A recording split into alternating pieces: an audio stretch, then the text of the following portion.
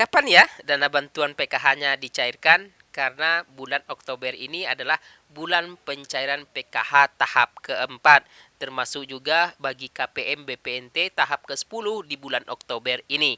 Kapan ya terisi saldo KKS-nya? Simak info ini sampai habis, kami akan jelaskan terkait info yang sangat detail untuk teman-teman sahabat YouTube. Assalamualaikum warahmatullahi wabarakatuh, teman-teman sahabat YouTube KPM PKH, KPM BPNT. Tetap semangat ya hari ini, mudah-mudahan sehat selalu tentunya. Balik lagi bersama kami di channel Dunsana Emril. Kami akan terus konsisten menyampaikan informasi program bantuan pemerintah tentunya. Salah satunya dari Kementerian Sosial. Bagi teman-teman yang baru join tentunya, yang baru gabung, subscribe dulu deh dan nyalakan lonceng notifikasinya. Setiap informasi yang kami sampaikan di channel ini tentunya teman-teman dapat mengetahui dan mendapatkan notif pemberitahuan terkait informasi yang kami sampaikan. Terima kasih yang selalu support channel ini tentunya. Nah, teman-teman, para KPM PKH, KPM BPNT, di bulan Oktober ini, bulan pencairan tahap keempat untuk KPM PKH. Artinya, ada 10 juta KPM yang menanti proses pencairan dana bantuan PKH-nya. Termasuk ya, bagi KPM BPNT tahap ke-10 di bulan Oktober ini. Kami akan menyampaikan informasi yang bisa menjadi pencerahan bagi teman-teman KPM tentunya. Apalagi banyak sekali yang menanyakan kapan ya bantuan PKH-nya cair, apakah sudah cair daerah ini, apakah sudah cair. Yang saling koordinasi melalui grup, melalui media sosial tentunya itu saling menanyakan apakah sudah cair daerah Jateng, daerah Jawa Timur ataupun di daerah Sumatera teman-teman sahabat itu. Nah, bagi teman-teman sahabat YouTube, kami akan memberikan pencerahan sedikit terkait proses pencairan dana bantuan PKH ini. Singkat saja ya bagi teman-teman ya. Yang pertama perlu diketahui dulu, PKH dari Kementerian Sosial itu ada 4 kali pencairan. Di bulan Januari, kemudian di bulan April, kemudian di bulan Juli masuk, itu terakhir di bulan Oktober tentunya. Nah, di bulan Oktober ini adalah tahap terakhir pencairan di tahun 2021. Artinya ada 10 juta KPM ya. Dalam bantuan PKH ini yang akan diterima maksimal 4 komponen. Yang pertama itu ibu hamil, anak usia dini, termasuk anak sekolah, kemudian termasuk lanjut usia dan penyandang disabilitas. Jadi dalam setiap KPM itu berbeda-beda dana yang masuk dalam KKS-nya. Ada yang menerima 1,5 juta, bahkan ada yang lebih 2 juta yang diterima dalam saldo KKS-nya. Tergantung nanti bagi teman-teman apakah maksimal komponen PKH-nya dalam proses pemadanan data DTKS tentunya. Nah, yang menanyakan kapan ya dana bantuan PKH-nya cair, apakah minggu pertama, minggu kedua, ataupun di minggu keempat. Nah, teman-teman sahabat YouTube, proses pencairan dana bantuan PKH ini yaitu diawali dengan terbitnya SP2D, proses pencairan dana bantuan tentunya dari Kementerian Sosial. Surat keputusan SP2D ini diterbitkan itu berbeda-beda di setiap wilayahnya. Dari wilayah 1, wilayah 2, ataupun wilayah 3 terkait proses pencairannya. Makanya teman-teman sahabat YouTube, dari tahap sebelumnya ada yang namanya pencairan termin pertama, termin kedua, sampai bahkan ada termin ke-11 yang proses pencairan dana bantuan PKH-nya. Termasuk juga ya KPM BPNT tentunya. Nah, di bulan Oktober ini, kalau kita melihat di pencairan tahap sebelumnya mulai disalurkan, ada yang dari minggu pertama, ada dari tanggal 6, bahkan ada yang cair di tanggal 11 tentunya bagi teman-teman sahabat itu. Saling koordinasi aja nanti bagi teman-teman yang tidak memiliki akses tentunya ke bank penyalur. Bagi teman-teman KPM, kami akan memberikan pencerahan terkait, tidak perlu hiruk pikuk menanyakan terkait kapan ya dana bantuan PKH ini dicairkan. Untuk yang pertama, sebenarnya ada 2 cara ini bagi teman-teman ya.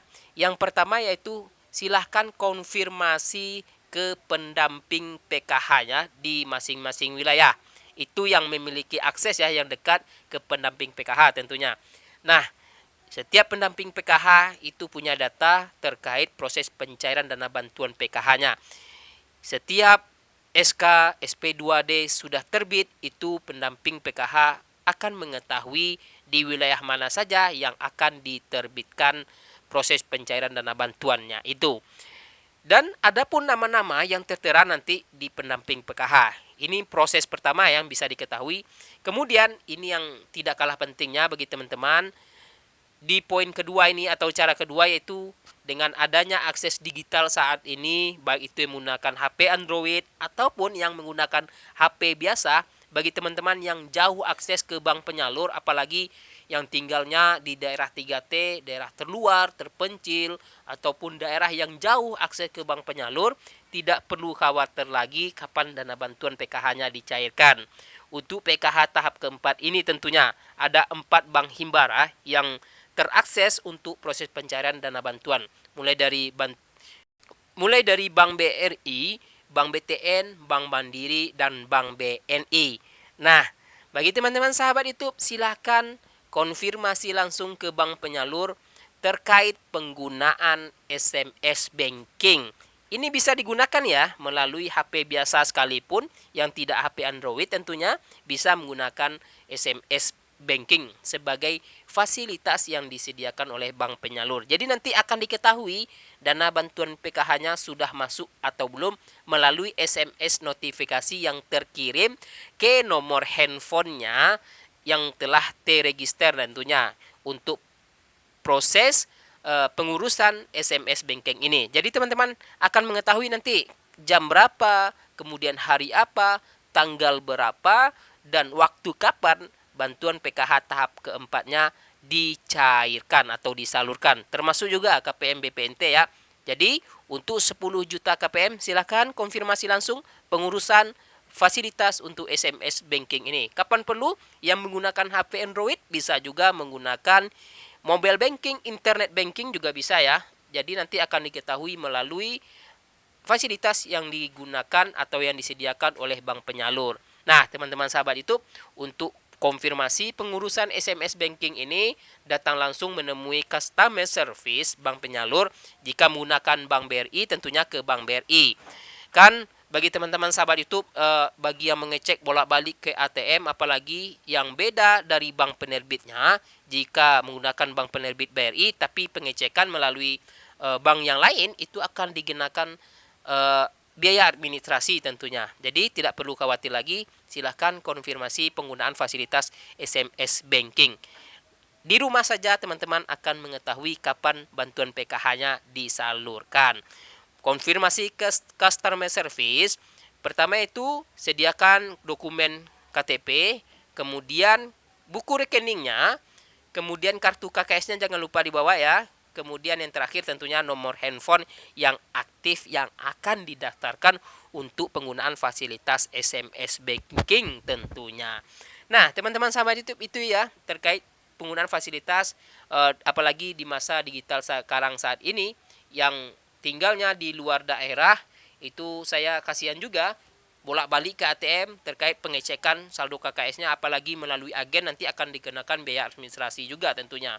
Nah, silakan konfirmasi sekarang pengurusan terkait penggunaan fasilitas SMS banking ini. Atau jika bisa, gunakan fasilitas internet banking. Nanti akan diketahui akan masuk langsung ke HP Android-nya untuk layanan fasilitas ini tentunya.